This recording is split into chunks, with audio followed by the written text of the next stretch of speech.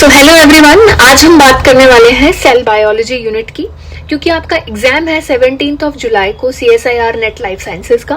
तो हम cell biology में कुछ 11 क्वेश्चंस को आज प्रैक्टिस करेंगे। ये वो क्वेश्चंस हैं जो ऑलरेडी गेट में और ICMR में पूछे जा चुके हैं, तो इनके हाई चांसेस हैं इसी कॉन्सेप्ट से क्वेश्चंस आने के लाइफ साइंस के एग्जाम में।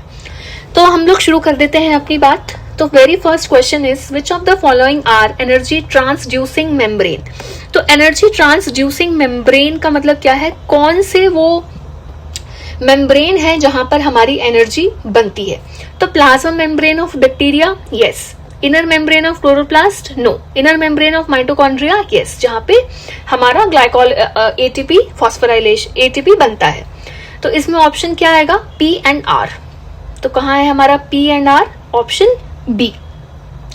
Now coming to the question number 2, which of the following is an ABC transporter? The options are multi-drug resistance protein, acetylcholine receptor, bacteriorhodopsin and ATP synthase. तो आप लोग बताएंगे ये क्वेश्चंस हमको बिल्कुल आना चाहिए कि ABC ट्रांसपोर्टर एक किस तरीके का प्रोटीन है।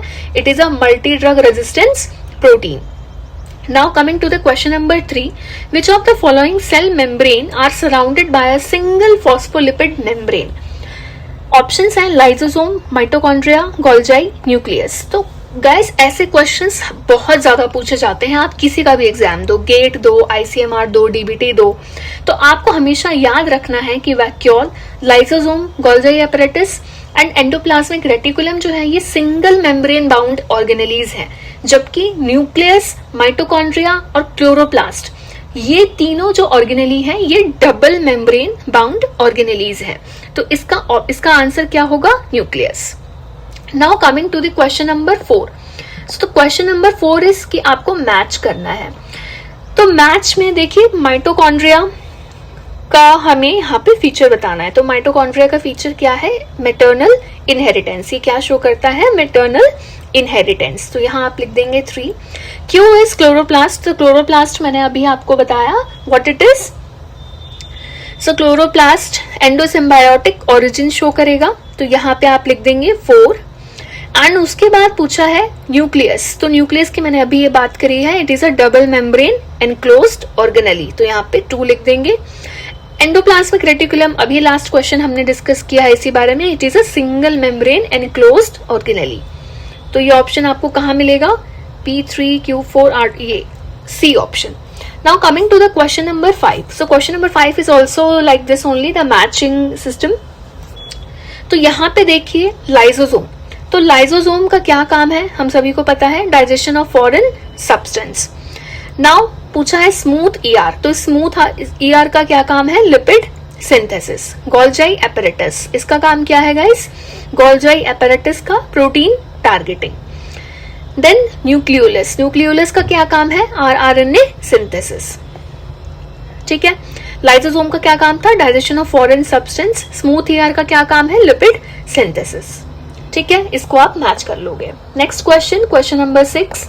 So question number 6 is asking secretory protein synthesized by ER associated ribosomes traverse through। जो हमारा secretory प्रोटीन जो ER बनाता है वो किसके थ्रू ट्रैवर्स करता है। तो इसका आंसर हम सभी को पता है क्या होना चाहिए, the Golgi apparatus. Next question is question number 7, जिसमें हमसे पूछा है कि in N linked glycosylation the oligosaccharide chain is attached to protein by which amino acid. तो मुझे बताइए कि जो सेरीन और थ्योरीन है इस पे क्या होता है, जनरली फॉस्फोराइलेशन। तो इन दोनों में से हमारे पास ऑप्शन बचता है, तो हमें पता होना चाहिए कि एस्पेराजीन वो अमीनो एसिड है जिस पर N लिंक्ड ग्लाइकोसाइलेशन होता है। गाइस सेम क्वेश्चन ये पूछा जाता है O लिंक्ड ग्लाइकोसाइलेशन के बारे में, कि O लिंक्ड ग्लाइकोसाइलेशन आखिर होता क्या है, होता कहाँ है और कौन से अमीनो एसिड पे होता है। तो इन दोनों का आंसर आप मुझे कॉमेंट सेक्शन में दीजिए। Now coming to question number 8, which of the following statements are correct about eukaryotic cell cycle?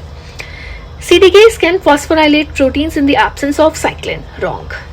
ठीक है, CDKs can be inactivated by phosphorylation. True. Next is degradation of cyclin is required for cell cycle progression. True. जब S phase का cyclin degrade होगा तभी जाके वो आगे cell cycle में मूव करेगा, तो this is also right, P is also right.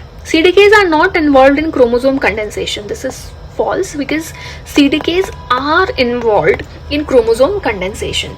तो इसका आंसर क्या है? P and R only. Sorry, Q and R only. तो Q and R कौन सा है? Option number D. Now coming to question number 9. So question number 9 is asking that in eukaryote cytokinesis is inhibited by what? तो ऐसे questions बहुत factual होते हैं और फॉर श्योर शॉट आपको सेक्शन बी में इस तरीके के क्वेश्चंस मिलेंगे ही. सेक्शन बी में इस तरीके के क्वेश्चन जरूर मिलेंगे. तो ऐसे क्वेश्चन को गाइज सिर्फ ये याद करने वाले क्वेश्चन है, तो प्लीज इन क्वेश्चंस को मत छोड़कर जाइए. इसका आंसर क्या है? Cytochalasin D. Now coming to the question number 10. In a typical mitotic cell cycle, cell division in eukaryotes, M phase occurs immediately after the which phase guys? इसका answer है G2 phase. ठीक है, M phase किसके बाद होता है? G2 phase के बाद. Next question, the cytokinetic organelle in plant cell is, कौन सी वो ऑर्गेनेली है जो प्लांट सेल में साइटोकाइनेटिक एक्टिविटी शो करती है? तो इसका आंसर क्या होगा हमारा? फ्रेगमोप्लास्ट. फ्रेगमोप्लास्ट. तो ये सभी वो क्वेश्चंस थे जो ऑलरेडी डीबीटी या ICMR में पूछे जा चुके हैं. अगर आपको चाहिए तो मैं ये क्वेश्चन पेपर का PDF आपको शेयर कर सकती हूँ. अगर आपको चाहिए तो प्लीज कमेंट.